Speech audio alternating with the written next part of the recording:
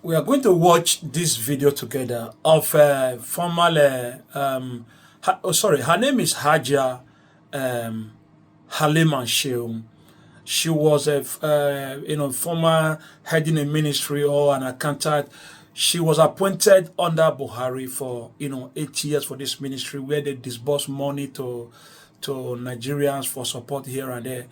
And before when Buhari finished, she also came back again, the same ministry under Better Edu. You are going to listen to her, a very surprised, shameful, and heartbreaking revelation. How our own money resources has been mismanaged, taken away by few individuals who call themselves politicians.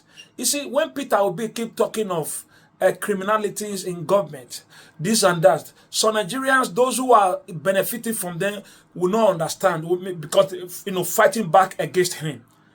These criminals, all these criminals are working under Bola Ahmed Tinubu, right from Buhari administration.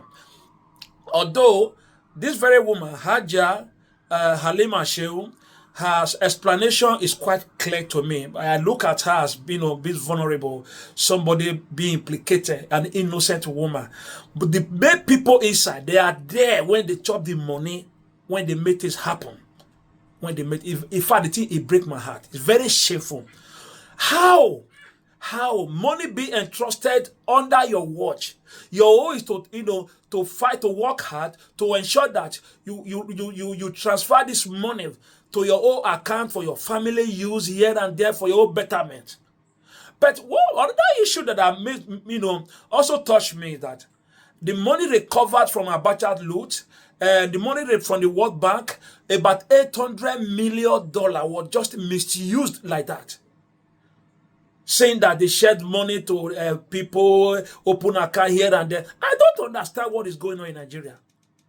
My people, watch this video. Listen to this interview of this woman, Hajia Halima Shehu. She's going to give you a full insight of what happened under her watch and under Betu Eda. Is it Betu? Yeah, Betu Eda. A watch appointed by Bola Ahmed Tinubu of APC hopelessness administration. How they have transferred used Nigerian money, cover up here and there without nobody's going to jail, no arrest, nothing. It's very shameful. Just watch, listen to them. Listen to this woman. This you will get a better understanding. Say these people they be criminal or not be smart, At risk, like at-risk children we're talking about. That's when you call them, the street children or the homeless. And in all of this, the agency deals with funds from the World Bank supported $800 million to the billions of naira that is being budgeted for to impact on lives of poor and vulnerables in the country. So that's the mandate of the program, to make sure that the funds get to the targeted beneficiaries through the right channels, the right means, which, like I earlier told you, since we had already fully digitized the programs under the past government, so all the beneficiaries now have bank accounts, and the funds are supposed to be transferred by contractors, that's commercial banks, or microfinance banks, or payment service providers, sometimes even consultants. Every program's design is different. Yes, for every program, there's a project implementation manual that is backing how the disbursement of such funds should happen. You being in charge or making sure that all this disbursement happened and it happened really precise and transparent as the CEO, and of course given the staggering over 44 billion naira that was suspiciously transferred from the agency accounts under your watch, which has generated huge, I would say, news over the media. From your own perspective, what really happened? So I was appointed on the 18th of October 2023, and the scandal popped up on 2nd January 2025. So we're literally talking about 10 weeks of being in office. And for the 10 weeks I was in that office, a lot of a series of transactions took place, which I noticed, given my auditing background and given my humanitarian experience, because it's not enough for anybody to be appointed and then just in 2 months you're noticing that some transactions are not going the right way, that there are misappropriations. Any other person would be trying to learn on the job. But because I have both experiences and I had worked in the ministry, I know exactly how much funds were left behind by the previous government in each of the program's accounts. So when I came on board, the first thing I started to check was the leftover of the funds from the previous government, because I have been taxed with the disbursement of the funds. And so if you're disbursing funds, you have to make sure you can reconcile.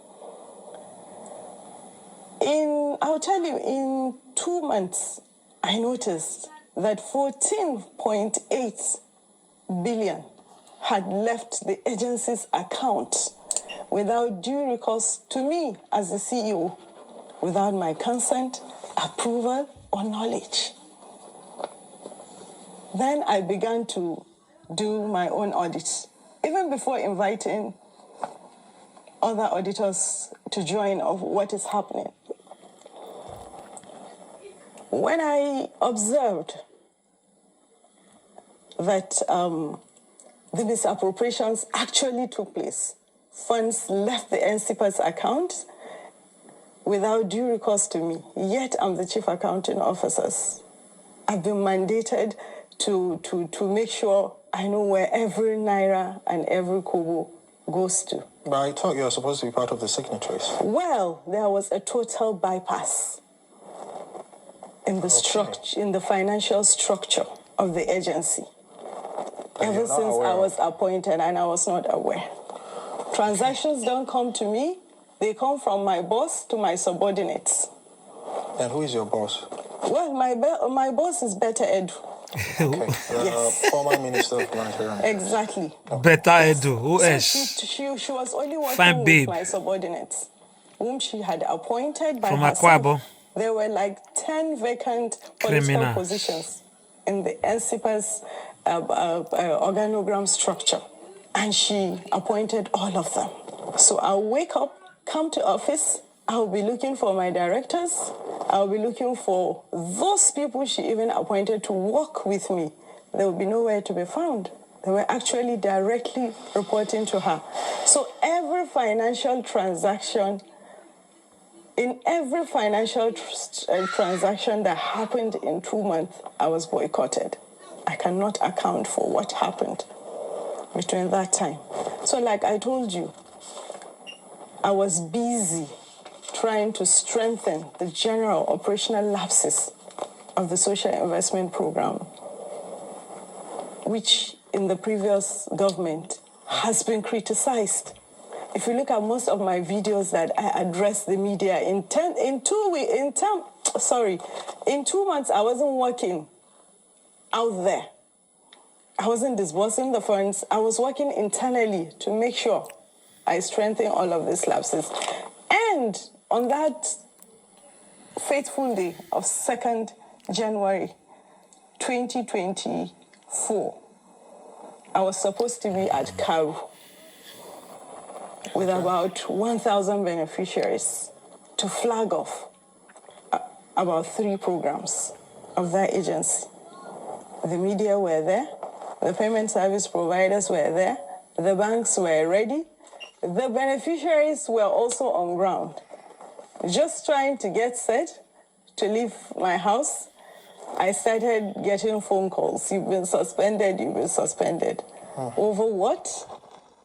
Alleged transfers to personal accounts when the news broke out, you could see a personal vendetta in it because there is no government that breaks news like that. The SA media of the president was never there to say Halima has been suspended over alleged whatever news was out there.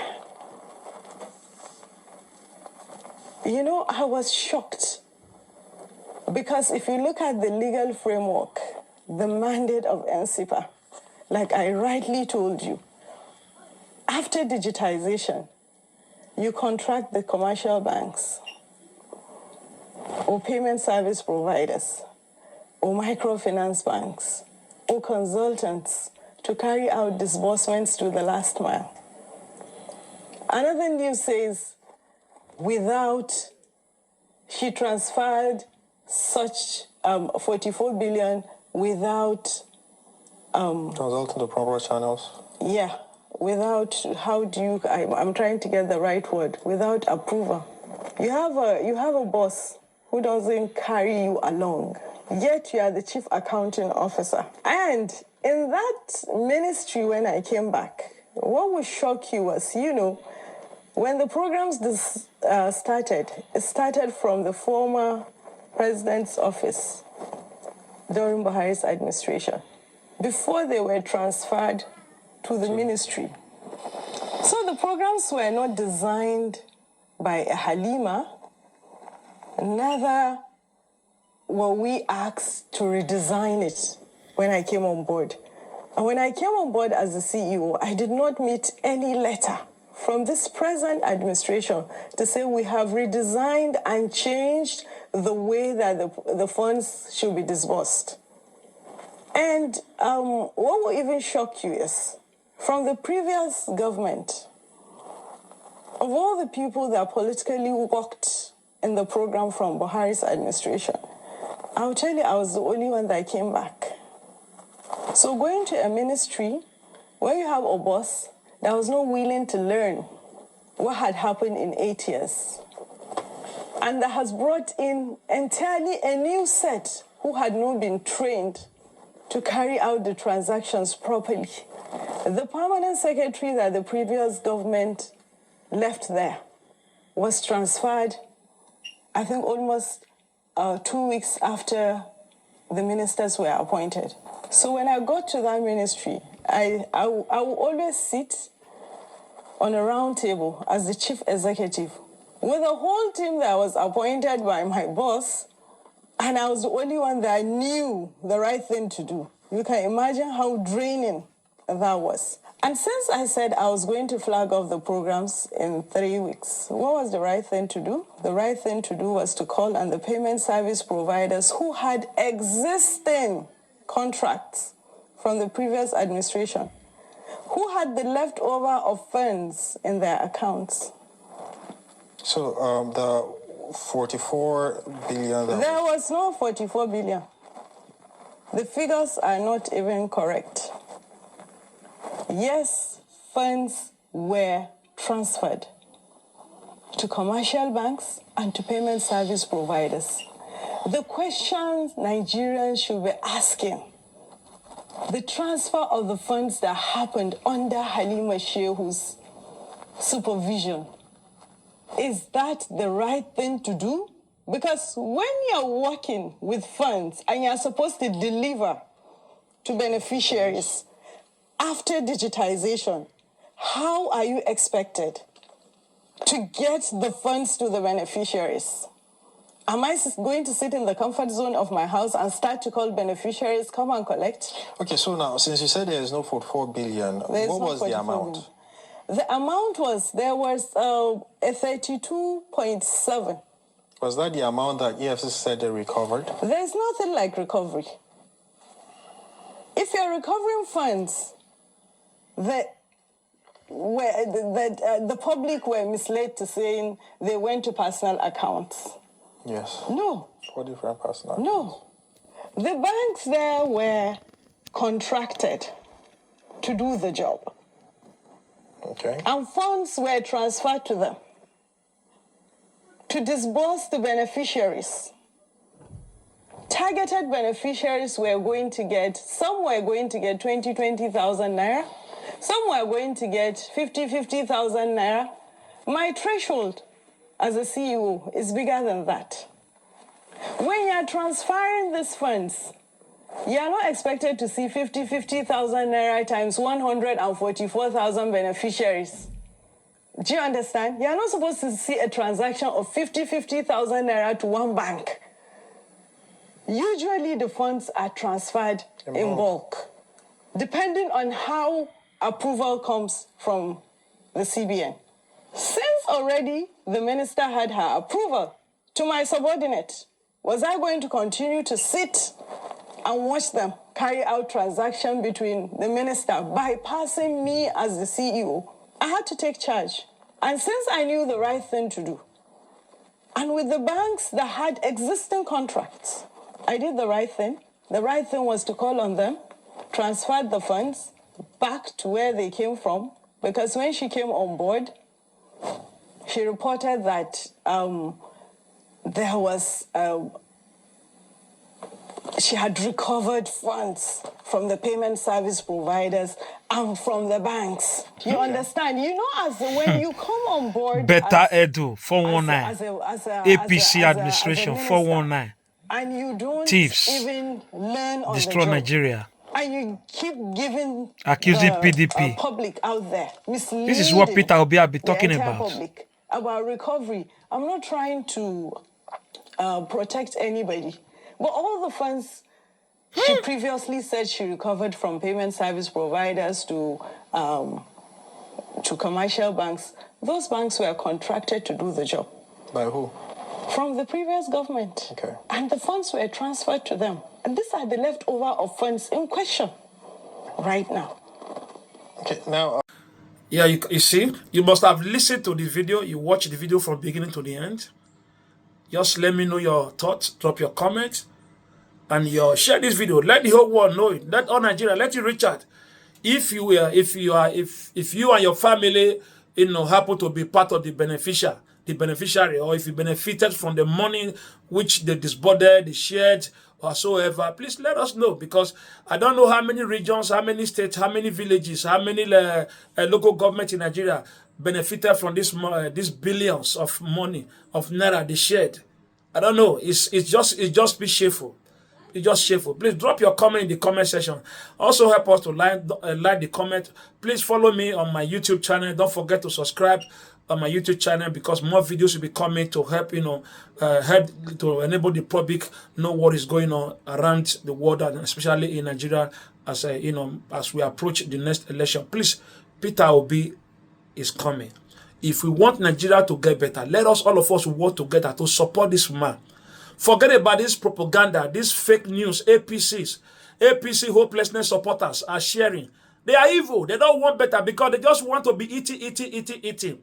Let's fight hard. Let's work hard behind this man, Peter Obi, to help Nigeria grow, to help us rebuild the country that has been damaged by this wicked and evil men.